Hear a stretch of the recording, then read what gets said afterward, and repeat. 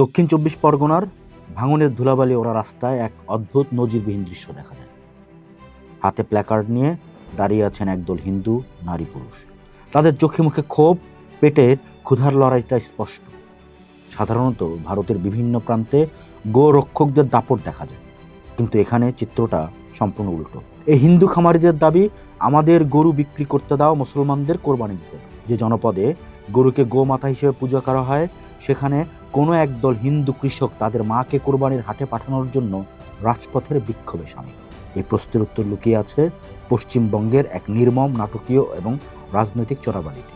ভারতের চিরাচরিত সংঘাতের ইতিহাসে সবসময় দেখা গেছে গরু বাঁচাতে হিন্দুদের তৎপরতা, কিন্তু ২০২৬ সালের উত্তরবঙ্গ নির্বাচনের পর শুভেন্দু অধিকারীর নেতৃত্বাধীন বিজেপি সরকার যখন ক্ষমতায় এসে গরু জবাইয়ের উপর কড়া বিধিনিষেধ আরোপ করল, তখন এক অদ্ভুত বুমেরাং পরিস্থিতি তৈরি হয়।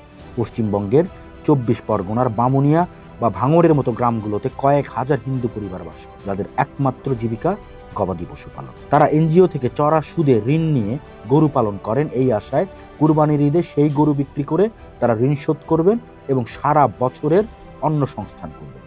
কিন্তু এবারের নাটকীয়তা অন্য জায়গায়। সরকার যখন কড়াকড়ি শুরু করেছে, তখন মুসলিম সমাজ হিতে বিপরীত হওয়ার ভয়ে হাত গুটিয়ে নিয়েছে। নাখোদা মসজিদের ইমাম মাওলানা শফিক কাশমি কিংবা ফুরফুরা শরীফের পীরজাদা তোহা সিদ্দিকী স্পষ্ট বলে দিয়েছেন, হিন্দু ভাইদের অনুভূতিতে আঘাত লাগে এমন কোনো কাজ করবেন না, প্রয়োজনে গরু কোরবানি দেবেন না। এই আহ্বানে মুসলিম ক্রেতারা যখন গরু কেনা বন্ধ করে দিয়েছেন, তখনই মাথায় আকাশ ভেঙে পড়েছে হিন্দু খামারিদের। একদিকে আমজনতা উন্নয়ন পার্টির বিধায়ক হুমায়ুন কবির হুঙ্কার দিচ্ছেন, ১৪০০ বছরের ঐতিহ্য চলবেই, কোনো সরকারি বাধা মানব না। অন্যদিকে তৃণমূল বিধায়ক আখরুজ্জামান এবং সাংসদ মহুয়া মৈত্র আদালতের দ্বারস্থ হচ্ছেন সাধারণ মানুষের অর্থনৈতিক ক্ষতির কথা বলে। কিন্তু এই রাজনৈতিক তপ্ত কড়াইয়ের নিচে পড়ে মরছেন বামুনিয়া গ্রামের হিন্দু কৃষকরা। তাদের সাফ কথা, সরকার যদি আমাদের গরু বেচতে না দেয়, তবে সরকারই এগুলোকে কিনে নেয়, আমাদের ঋণ কে শোধ করবে? হিন্দু খামারিদের কাছে গরু কেবল ধর্মীয় আবেগ নয়, এটি তাদের ক্যাশ ক্রপ বা নগদ ফসল। সারা বছর ঘাম ঝরিয়ে লালন পালন করা পশুই তাদের মেয়ের বিয়ে বা চিকিৎসার একমাত্র ভরসা। শুভেন্দু সরকারের নতুন নিয়ম অনুযায়ী ১৪ বছরের কম বয়সী বা সুস্থ গরু জবাই করা যাবে না এবং তার জন্য নিতে হবে সরকারি পশু চিকিৎসকের সার্টিফিকেট। এই আমলাতান্ত্রিক জটিলতা আর আইনি হয়রানির ভয়ে মুসলিম পাইকাররা হিন্দু গ্রামে ঢুকতে সাহস পাচ্ছেন না। ভাঙড়ের বিধায়ক নৌশাদ সিদ্দিকীর কথাটি এখন রূঢ় সত্য হয়ে দাঁড়িয়েছে। মুসলমানদের বিপদে ফেলতে গিয়ে সরকার আসলে গ্রামীণ অর্থনীতির মেরুদণ্ড ভেঙে দিয়েছে, যার বড় অংশ হিন্দু পশুপালক। পশ্চিমবঙ্গের এই কোরবানির মৌসুম এক অদ্ভুত বিষণ্ণতার সাক্ষী।